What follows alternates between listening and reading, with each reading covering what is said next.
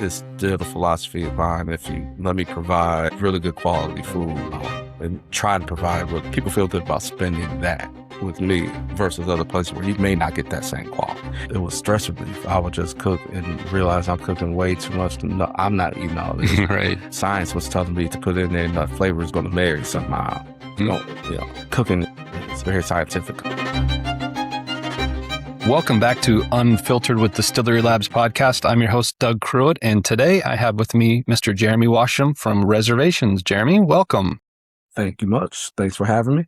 So Jeremy is here almost every day at Distillery Labs, innovating, tinkering, building, all those things in the kitchen. So today we're going to talk about your journey as a restaurateur, caterer, food innovator, to hear more about what you've been working on, what you are working on in the future, and just to learn a little bit more about you. So why don't you start off by telling us a little bit about your current endeavor with Reservations and the types of culinary creations you make? Well, currently, I guess the focus has been providing lunches here at Distillery Labs in the Teaching Kitchen for lunch. Now, that could be anything from a chicken salad sandwich on croissant, which people seem to love. Mm-hmm. Today, a number of different egg rolls, one of them being the ever popular soul food egg roll. Delicious. With mixed greens, cabbage, smoked turkey, and the candy yam dipping sauce, which kind of became the first signature dish in Peoria from an event that I did about 5 or 6 years back at the Riverfront Museum. And since then, I've not been able to stop making those things. They're definitely a pain to make, but there's some results to it. But it could also be different flatbreads. Like next week, I plan on doing a pesto chicken flatbread with some feta cheese and stuff like that. I've even done lamb chops, which has become a signature dish, or grilled chicken wraps, which people seem to love. Right. Plain grilled chicken or a jerk chicken wrap. But and you tend to use fresh, locally sourced. Yes, always fresh ingredients when at all possible, locally sourced. I contact Little Blues Farm. So some of those steaks, the hanging tenders and flat irons and stuff like that I've had for different caterers that we've done here, I contact Little Blues Farm. Definitely when I doing my Jamaican thing, the oxtail that I get from them. But that's kind of how I was taught when it comes to more of the refined cooking. I've been cooking since I was little, but when I worked under a chef in Atlanta, the restaurant that I worked at, all fresh, all natural and organic ingredients. Mm-hmm. So that's how my hand was taught to cook. So I kind of keep that, and I think that kind of separates me from some places. Right. Is that everything is fresh. Since you went there, that's right where I wanted to go anyway. Let's talk about what got you into food, and maybe like the first question be, what's your first memory of maybe doing it out of necessity or just for fun and realizing you maybe had a passion for that? Corn is my favorite food. My first memory of food, period. We have a lot here in Illinois. I don't know if you knew that. We do. Listen, I'm trying to, so sometimes on Sundays, I just take rides through the back roads.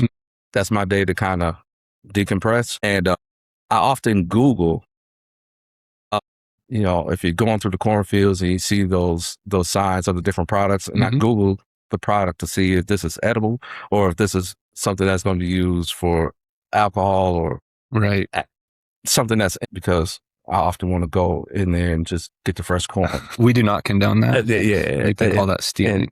Fortunately, to you good farmers, I've never actually pulled the move because I've never found the information that tells me whether I should be consuming it or not. But that's actually how I learned. That's the first word that I learned to read, is because when my mom would be cooking dinner, she would ask me to pick a vegetable.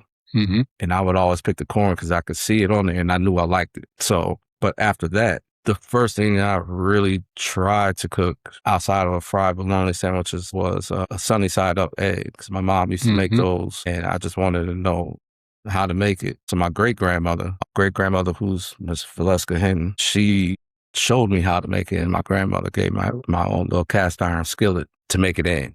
Nice. So that was that. And I had a friend, I used to just tinker around a lot, but I had a friend that I grew up with for years, Jeremy Harris, and at his place, when his parents used to go to sleep, his dad and stepmom, they used to go when they went to sleep, we would raid the cabinets and just come up. Now, some of that was disgusting, but we would just play around like that. So I think I knew I had a passion there. But it actually wasn't until I moved away and I learned about different ingredients. Mm-hmm. I worked at a California pizza kitchen in Atlanta, and strange combinations on pizza. Mm-hmm. First time, they were the originators of the barbecue chicken pizza, and I had never heard of barbecue chicken pizza. Well, I think I may have had cilantro before. I didn't know what it was, but just, I don't know, a tandoori chicken pizza, Santa Fe chicken pizza with black bean base.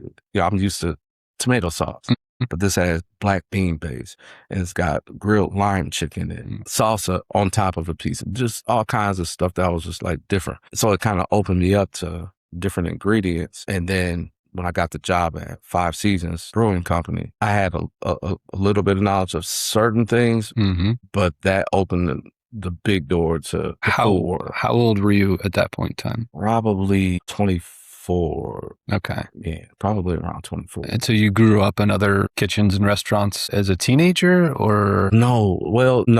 Well, I'll say this. At home, my mom cooked a lot. My grandmother, she baked and she cooked a lot. All kinds of stuff. And my grandfather, he was masterful with a prime rib. Oh, really? Yes. So family holidays, for me, I'll look for the family holidays because I wanted his peach cobbler and prime rib. Man, we're 9 minutes into this and I am starving. Yeah, he was a different kind of beast. And so growing up, food was around, and I was a greedy kid, so I didn't like Cheerios. And I remember one time, I wanted cereal, but the only thing in there was Cheerios. I was like, well, I don't like Cheerios at all. There's honey. I'm going to make these honey nut Cheerios. So I poured the honey in the bag and shook it up and left it in there because I was like, I'm going to wait for this. So I waited for a day because I figured the honey flavor would get into it and I'm going to have honey nuts. It didn't work that way. But I like the thought process, though. I mean, at a young age, you're already tinkering with flavors. It made all the sense in the world to me because somehow at this plant, they got the honey inside the Cheerio, so and mine has to be better because it's fresh. But but he actually had a lounge on the south side of town at that time, so they cooked at his lounge. So you can go in and it's this kind of place. Preston Jackson used to perform at my grandfather's lounge. Oh wow! In like the early '80s, him and his band, they used to perform there, and he's grandparents would have these card games where a lot of people come over and she would always cook and have stuff, for everybody to eat while they playing cards and throwing them back or whatever. And then at his place, he would cook there. But my very first job, detasseling the corn, back in the cornfield, that only lasted about 3 days. That was terrible. A little bit hot and humid. Hot, humid. Child labor laws were not in effect and should have been. Yeah, I guess for back then it was good money, but after that, the next job I had was at Hardee's when they used to have fried chicken at Hardee's. So I was the one preparing the fried chicken at Hardee's. And at a certain point, a friend and I, we used to run the breakfast buffet at the Courtyard by Marriott. Okay. After I graduated high school, we did the breakfast buffet, and we would play around with the omelets and different stuff and do our own thing to it. So a year or so after that, when I moved to Atlanta, I was doing different kind of work, but then I got a job waiting.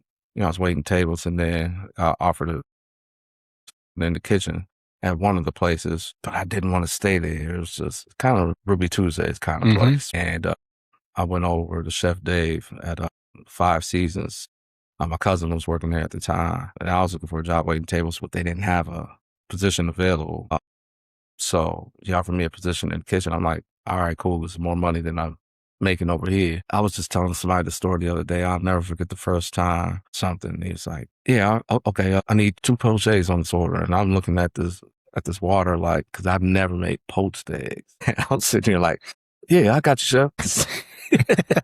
And just sat there and froze because I'm like, yeah, now what? Some of his style was, I think maybe it might have been, I don't know, this dude's like Yoda. I think it might have been some of, you may know, maybe just testing to see exactly what you know. I'm going to call it out to you. If you ask for help, I'm going to show you. If you don't ask for help, I'm going to sit there and see how long you wait to ask for help. And then I'm eventually going to show it. But I guess it's just kind of a test to see what I didn't know pochaise, but then, somebody was there and I'm like, I really don't know. I said, I understood it. I've seen it done before, but I know there's some type of technique that I may not have to make it as good as I know it should be to get on this plate and go out to this guest. Because I knew that they had a certain standard. Right. And I knew whatever skill set I had at that time didn't meet that standard. So luckily I didn't have to go directly to him at first, but I did ask somebody next to me. And, and they taught me the technique to kind of swirl and make a tornado and slowly drop it in, blah, blah, blah. So my passion grew from it. It was there, and I guess I didn't know it, but I think that kind of unlocked it. And sometimes he also confirmed with me the science in cooking. Sometimes when you're cooking, you're doing things and you're relying on, just like those Cheerios, you're relying on science was telling me to put in there and the flavor is going to marry somehow. Cooking is very scientific. So you're at 5 points? Is that what? 5 seasons. 5 seasons, sorry. 5 seasons. So you're down there. Eventually you make your way back up to the Peoria region and you've brought back skills and a passion with you. And so you started a catering company. I've never even asked you this. Like when did that start and how did that start? So that started as stress relief, honestly, because I cooked for the family. And a really fast rewind. When I was in Atlanta and I walked away from 5 seasons and worked for Comcast, did some in corporate space for a while. I was still cooking. And at one point I asked them, hey, can I come in on a Saturday so I'm just cook? I didn't ask to be paid. Eventually they forced me to be paid, but I wasn't there I just wanted, I don't know, I kind of wanted to rush and just be a part of it. Yeah. But at the same time, I was coming up with an idea to do an in-home dining service, which, I guess now, it's a personal chef thing. Yeah. And my former wife and I were sitting down thinking about it and ideas back and forth, came up with reservations. So that was that. Did a couple things there, did a couple things in New Jersey and New York, and coming back to Peoria, the passion kind of came to me a little bit and while I was living in New Jersey, but I was like, I don't to do like a full, I kind of want to cook again, but I don't necessarily want like a full-blown restaurant or anything like that. But I wanted to do it in some capacity. And then coming to Peoria for years, it wasn't really a thought. It's just something that I just do at home to entertain and, feed family. But at a certain point, it was stress relief. I would just cook and realize I'm cooking way too much. I'm not eating all this. Right. At this point, after a separation, the kids are there at certain times. They're not going to eat all this. So I would just have people come over and just get food. And then she actually gave me a call. It's like, hey, I got a program that I got to do. They need somebody to cook, cater some food. You feel like doing it? And I'm like, yeah, cool. So I did it. It was the jerk chicken, which is another one of those things. And somebody liked it and it became a thing from there. An accidental new business almost. Sort of. Because at that time, I could say at that point, I was actually just, because I would have people come over, people started asking me to buy dinners from me. So I was doing that, but no real plan on making it like a business like that. But over time, it was like, yeah, it's probably could be. But with that first job that I did, it was like 250 people. That's a good job. Yeah. At the museum. And I was like, well, maybe I could do this. And it still was kind of like, well, let me just take the steps. We'll see how it goes, but let me just take the steps and try to see how to do it as a business. And then, boom, he was doing an interview with Chris Setti and was talking about local business, small businesses and stuff like that. And Chris reached out to me and that kind of helped me. He helped me get on the path to where the technical parts of and the paper related parts of making it a business. So that's kind of where things started as far as the business of it. And I think I had already registered the name reservations, but everything else behind it, I don't think had been done yet. Yeah, there's a lot. And that's what, especially whenever you're like on the creative side of like, and when it's a passion project, especially like you said, you started out doing this almost as a stress relief. And that when people start to go down that path, some point in time, if you want this to be a real legit lifestyle business, almost like something that, yes, you can be passionate about it, but you're going to need to get compensated with dollars for the value that you're creating. Yes. That's a lot of the necessary evil almost of a business, is doing that. And with food, it's like I said, with food, sometimes it can be tough trying to figure out how to truly get compensated. Because while we know, I've always said that if one thing that people can be destitute, broke, and just up in arms in life. Mm-hmm. One thing that people are going to do to try to get some type of relief and comfort, satisfaction about life is get a good meal. Yeah, absolutely. At least once. That was my philosophy when we had the restaurant at that point. But they're going to do that. Let them come to me for the good meal. Right. Yeah. And even at this point, it's still, while food prices are astronomical, at this start getting slimmer and slimmer. If people are going to spend what feels like at times too much for what we know food to have cost years ago. Right. We all understand inflation and times this, but I'm not sure that we can truly account for some of these prices that we're paying. Yeah. But we're here now, and that's where we're at. Mm. So with that, it's still the philosophy of mine. If you let me provide really good quality food, and try to provide what people feel good about spending that with me versus other places where you may not get that same quality. Right. You may get the quantity, but you're hard pressed to get the quality. Yeah. All right. We got a few minutes left, and I'm curious of a couple closing questions. One, what's next? Like, where do you see your passion vision business going? Is it doing more of what you're doing only at scale, or is it pivoting a little bit to add a different kind of value to customers and community? So currently, a few months ago, I did Fail Club. I feel like I'm prepared for another Fail Club. Coming out of a situation where Fail Club was necessary, it's okay. Now things moving forward. Mm-hmm. Things happen that kind of pulls you back a little bit, and I'm in a position where it's like, okay, regroup, and now trying to push it forward again. Mm-hmm. So my goal is definitely to scale up, to be able to do the things that I ultimately want to do. Mm-hmm. And that is be in a position where I'm one of those go-to companies in the city, but not only in the city, in the region, but also have that presence and in those resources where I'm able to funnel that into community and help mm-hmm. on community level. So right now there's things that I'm working with to try to get some of the business things in order to be able to move forward and do that.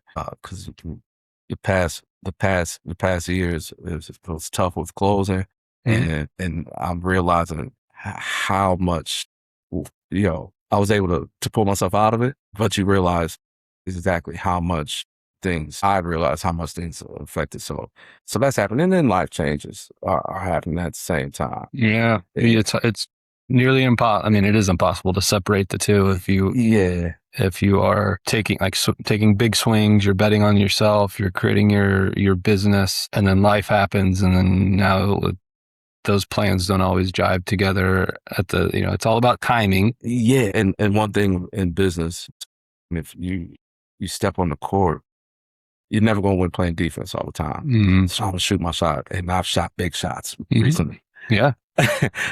So some of them have been major threes, and then some of them, you brick. I've bricked, but overall, I feel that there's still good momentum. Is just that there's still good momentum, but small plays have to work for the larger play. Yeah.